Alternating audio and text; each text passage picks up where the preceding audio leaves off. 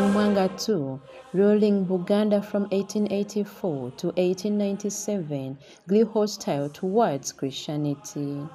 He demanded loyalty, including sexual favors from his pages and servants. These new converts refused to practice what they call homosexuality. The king was practicing homosexuality. And these new converts were telling the king, no, we Christians, we don't practice homosexuality. The issues of homosexuality have been raising confusion within Uganda and other African countries. Some proponents of homosexuality have attempted to normalize this illicit act as something that was practiced long ago in Uganda. Some went ahead to give examples of what was taking place within the Uganda courts, leading to the killing of the new converts that would be martyrs of Uganda. Despite scientific facts that attest to the fact that no one is born homosexual, an international network of NGOs partnered with the US government has been promoting homosexuality internationally and across Africa. Uganda has been threatened with the removal of financial aid from the US government if it does not change its laws and promote homosexuality. Like the king of Buganda, this is a powerful ruler who has tried to compel Ugandans to accept homosexual practices with threats. Some appeal to his example to show that homosexuality was a part of Ugandan traditional culture. Just like King Mwanga, this network is now history. The example of the Uganda Martyrs can inspire Ugandans and Africans to refuse these sinful ways and to renew their national life in the footsteps of Christ. In the 19th century, a group of brave men defied King Mwanga II's demands, refusing his ungodly advances and standing firm in defense of their Christian faith. Their courage would spark a movement, inspiring generations, and forever change the African Christian approach to faith, which unveiled the courageous legacy of Uganda's martyrs, the true heroes of faith in Uganda. The Uganda Martyrs were among the many Ugandans who converted to Christianity when European Catholic missionaries, led by Father Simeon Laudel and Brother Amans, introduced Christianity to Uganda in the 1870s. They were killed between November 1885 to January 1887 on orders of King Mwanga II for their refusal to renounce their faith.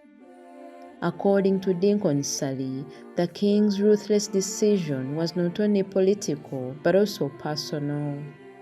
He demanded absolute submission, including sexual compliance. We know very well that the court had been infested by homosexuality, as we learn from the likes of F.J. Faupel. And the king himself had sort of caught this particular vice, homosexuality, for this matter. And he was making these advances towards young boys.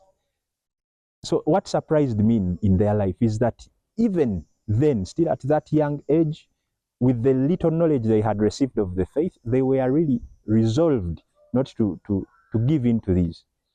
Personally, I think it is due to our nature here, our culture here in Africa, in Uganda, which is against such issues. But even worldwide, as humanity, these things are deplorable. They are looked upon in not a very good way, and rightly so, because they are against nature. So the life of these martyrs, the Uganda martyrs, really inspires me in that regard, in that while they were still neophytes, new people to this faith, they were ready to die rather than soil their chastity, rather than give in to the advances of the king. When the king's advances were refused, he got angry and ordered executions. For those of you who do not know what it means to go against the king of Uganda here, it was equivalent to death, even in the slightest requests, things that would be very small, like go and fetch me a cup of tea. But if it was to this extent and they were willing not to give in, I think they teach us a very grave lesson about courage in our faith. And I think it is something we should look up to, especially in this particular time when these vices are cropping up and are being shoved into our very throats. Charles Ranga, Matthias Mulumba, and others were martyred for their faith and moral integrity. Indeed, most of the Uganda Martyrs that were killed were young people. A few were elderly, who were guiding the young ones. But the young ones were committed, and under the advances of even their elders to encourage them to indulge in immoral behaviors, these young people stood their ground. Only after 3 years of evangelization and catechism, we are so committed, strongly committed to denounce the devil and the advances of their superiors and masters, and they stuck to Jesus Christ. Yes, indeed, the young people of today should emulate these martyrs. We have got our temptations as well. I don't think we have suffered up to the shedding of blood as the martyrs did. It is up to us to resist such temptations. I encourage the young people to do the same, and I'm sure and confident that they have got the muscle, they have got they can, if they so wish, resist such temptations. And we shall pray. And as elders, we need to live by example, help them to go through this struggle and endure and be with Jesus Christ all their lives. The martyrs' refusal was not just about resisting the king's desires, but upholding Christian values and moral Christian principles. In life, there is always a need to say no to some things. That's the only way someone can defend his Christian values and to defend his personality. When we don't learn to say no, it's so much hard to stand for any value in life and in society. So when we, as Christians, as Catholics, we must learn from these matters, saying no to social evil and to stand for the truth always. Because Jesus has told us that the truth sets many free. So at their time, there were a lot of social evils like those sexual abuses. We may talk of today, the homosexuality, the contraception, abortion, and so on. The church teaches us, and we emulate these matters by saying no. Like, it's very hard for a Christian to give in to persecution and to hardship. Of course, when you say no, the rest of the society will judge you. But when you stand for your values and for the truth, things move on. Pope John Paul II brought to us an encyclical, Salvifici Doloris. That in that encyclical, the Pope exhorts the entire church to give in to human suffering. He tells us that suffering is real, but we learn from Jesus himself who gave in to suffering, and through that suffering he saved us. So a Christian who learns from the martyrs should learn to say no to social evil. Then in that saying no, he will have become a true witness to the truth, and that truth one day will set him free. So now those boys who refused to practice homosexuality, they angered the king.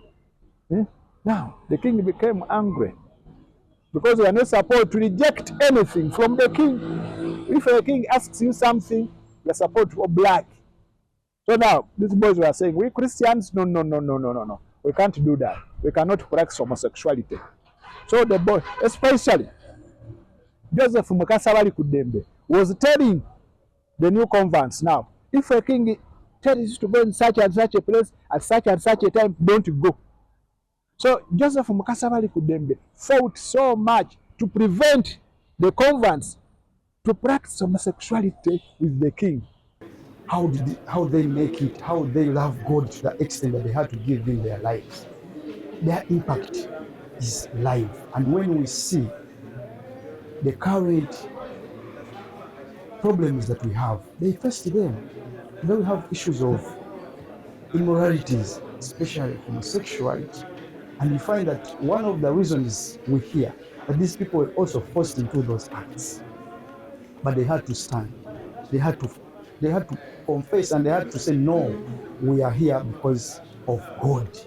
the love of God. We are here because we are saved. And indeed, whenever I remember about what they went through, I get more energized. I become more energized on what to do. Actually, to love God the more and to spread this evangelization of the Uganda Martyrs to my fellow youths. Today, the Uganda Martyrs are revered as saints. Their courage inspires millions worldwide. Uganda is known because of the Uganda Martyrs, but spiritually and morally also they have been a source of renewal, not only for the believers, but I think for all the Ugandans.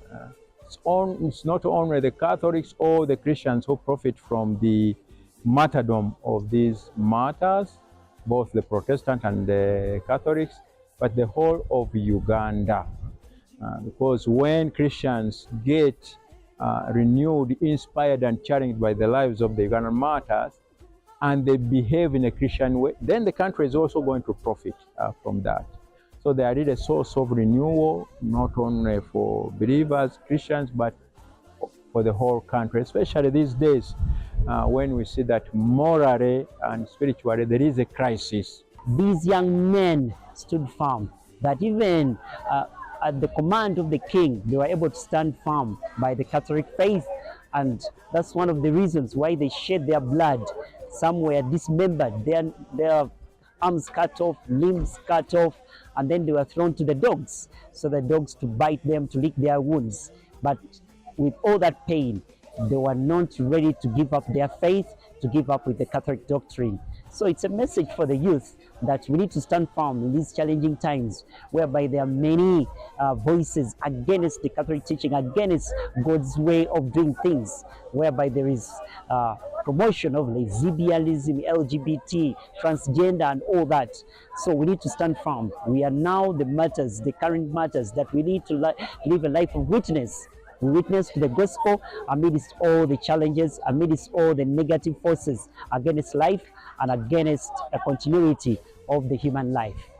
The Uganda Martyrs' story is a testament to the power of faith, courage, and conviction.